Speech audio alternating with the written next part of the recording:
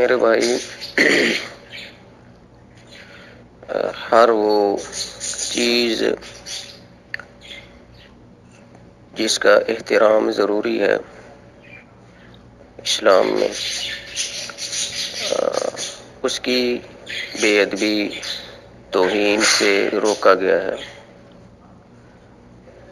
اور اس میں اللہ تعالیٰ کا نام بھی آ جاتا ہے، اللہ کے پیغمبروں کا نام بھی آ جاتا ہے، قرآنی آیت ہے یا کوئی حدیث ہے یہ بھی آ جاتی ہے، صحابی کا نام ہے وہ بھی آ جاتا ہے، ٹھیک ہے۔ تو اس طرح یہ ایسی چیزیں ہیں جو یعنی کہ دین کے اندر شامل ہیں اور ان کا احترام مسلمان کے لیے ضروری ہے۔ بھول چوک ہو جانا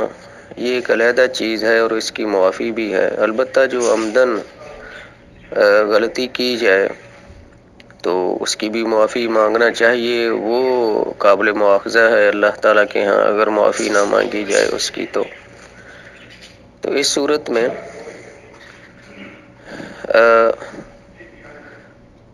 ایک مسلمان کو جو مین اصول ہے وہ سامنے رکھنا ضروری ہے کہ اچھی بات کہنے والا کوئی بھی ہو تو اس کی وہ قبول کی جائے، اسے صحیح سمجھا جائے، جو اچھی بات ہے کہنے والے کو نہ دیکھا جائے۔ اسی طرح جو بری بات ہے، منفی چیز ہے، جو وہ کہنے والا روکنے والا کیسا ہی کیوں نہ ہو، اس کی شخصیت اور ذات کے قطع نظر اس کی بات پر جو وہ کہہ رہا ہے اس پہ غور ہونا چاہیے۔ اگر وہ واقعتاً دینی لحاظ سے اخلاقی لحاظ سے بری چیز ہے تو پھر اسے چھوڑنے کی کوشش کرنا چاہیے، ٹھیک ہے۔ اگر کسی آدمی کے اندر مثال کے طور پر 50 غلطیاں ہیں کسی کی نظر میں، لیکن اگر وہ کسی موقع پر کسی کو کہہ دیتا ہے کہ بھائی نماز پڑھو یا سچ بولو یا یہ غلط کام نہ کرو، تو اس کی وہ بات پہ غور ضرور ہونا چاہیے یا ماننی چاہیے، جہاں تک اس کے اندر غلطیاں اور کوتاہیاں ہیں وہ اپنی جگہ پہ، ٹھیک ہے۔ لیکن جو بات فی الوقت کہی جا رہی ہے ہم نے تو اس کو دیکھنا ہے، اگر وہ صحیح ہے تو اسے مان لے، اگر صحیح نہیں ہے تو پھر بھی کہنے والا کتنا ہی بڑا کیوں نہ ہو، جو خلاف شرع بات ہے اس کی بات وہ نہ مانی جائے، لیکن شخصیت اور ذات کو ہٹ نہ کیا جائے، اس پہ تنقید، اخلاقی حدود پھلانگ کر یہ ہرگز نہ کی جائے۔ اچھا، اب آ جائیے آپ ہمارے ماحول میں جو اخبارات شائع ہوتے ہیں تقریباً نوئے وقت میں اور جنگ میں، ان دو کا تو مجھے علم ہے کہ روزانہ کی بنیاد پر قرآن کریم کی کسی آیت کا ترجمہ، آیت نہ بھی لکھی ہو، آیت نہیں لکھی ہوتی یعنی عربی الفاظ نہیں ہوتے، البتہ اس کا ترجمہ اور باحوالہ باقاعدہ طور پر وہ ذکر ہوتا ہے، اور وہی اخبارات پھر افسوس کے ساتھ کہ ردی کی ٹوکری میں جاتے ہیں اور پھر اس سے لفافے باندھتے ہیں یا وہ بیچے جاتے ہیں، اس طرح ان کی اہانت ہوتی ہے۔ تو اس کی حفاظت کی کوشش کرنا چاہیے، بلکہ ضروری ہے مسلمان پر، اگر پتہ چل جائے کہ قرآن کریم کی آیت یا حدیث نبی علیہ السلام کی یا کسی نبی کا نام ہے یا اللہ کا نام ہے کسی کاغذ کے پرزے اور ٹکڑے پر، ٹھیک ہے، تو اسے کم از کم اٹھا کر محفوظ جگہ پہ رکھنا چاہیے، یا اتنا حصہ آدمی وہ کاٹ بھی سکتا ہے یا جدا بھی کیا جا سکتا ہے جس میں اللہ کا نام ہے یا نبی علیہ السلام کا نام ہے یا کسی اور نبی کا نام ہے، ٹھیک ہے، تاکہ وہ اس کی بے ادبی نہ ہو، رولے نہ۔ اور اسی طرح جو ہمارے تعلیمی ادارے ہیں، اسکول، کالجز، یونیورسٹی وغیرہ، اس میں جو رف کاپی کے طور پر وہ دستے وغیرہ یا رجسٹر یا کاپیاں استعمال ہوتی ہیں، ظاہر ہے کہ اس میں اسلامیات اور دینیات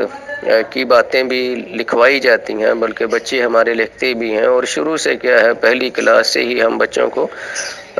بسم اللہ الرحمن الرحیم یا اس طرح کی یعنی کہ ایمانیات کے متعلق جو دین کی بنیادی باتیں ہیں چھوٹے چھوٹے بچوں کو سکھاتے ہیں ہم اسکولوں میں، وہ جس طرح کتابوں میں ہیں اسی طرح ہم ان کو لکھواتے ہیں تاکہ ان کی پریکٹس ہو جائے اور ان کو لکھنا بھی آ جائے، ٹھیک ہے۔ تو اسی طرح وہ کاپیاں پھر بعد میں کیا ہے بیچ دی جاتی ہیں اور ردی کی ٹوکری میں، اور پھر اس سے تو لفافے بنتے ہیں یا چلتے چلتے وہ کیا ہے بازار میں آ جاتی ہیں۔ تو یہ چیز انتہائی افسوسناک ہے، انتہائی افسوسناک ہے۔ کاپیاں بیچنے والے کو چاہیے کہ ایسے اوراق جدا کر لیے جائیں جن پہ اللہ تعالیٰ کا نام یا نبی علیہ السلام کا نام یا قرآنی آیات یا دعائیں ہیں نبی علیہ السلام کی یا انبیاء علیہ السلام کے نام ہیں، تو وہ اوراق، وہ کاغذ، وہ علیحدہ کر لیے جائیں اور ان کو کسی محفوظ جگہ پہ یا تو رکھ دیا جائے یا ان کو جلایا جا سکتا ہے، جلایا بھی جا سکتا ہے ان کو، اور ان کی راکھ آدمی محفوظ جگہ پہ کہیں پہ رکھ دے یا ہوا میں مطلب کہ اسے پھیلایا جا سکتا ہے۔ تو یہ ایک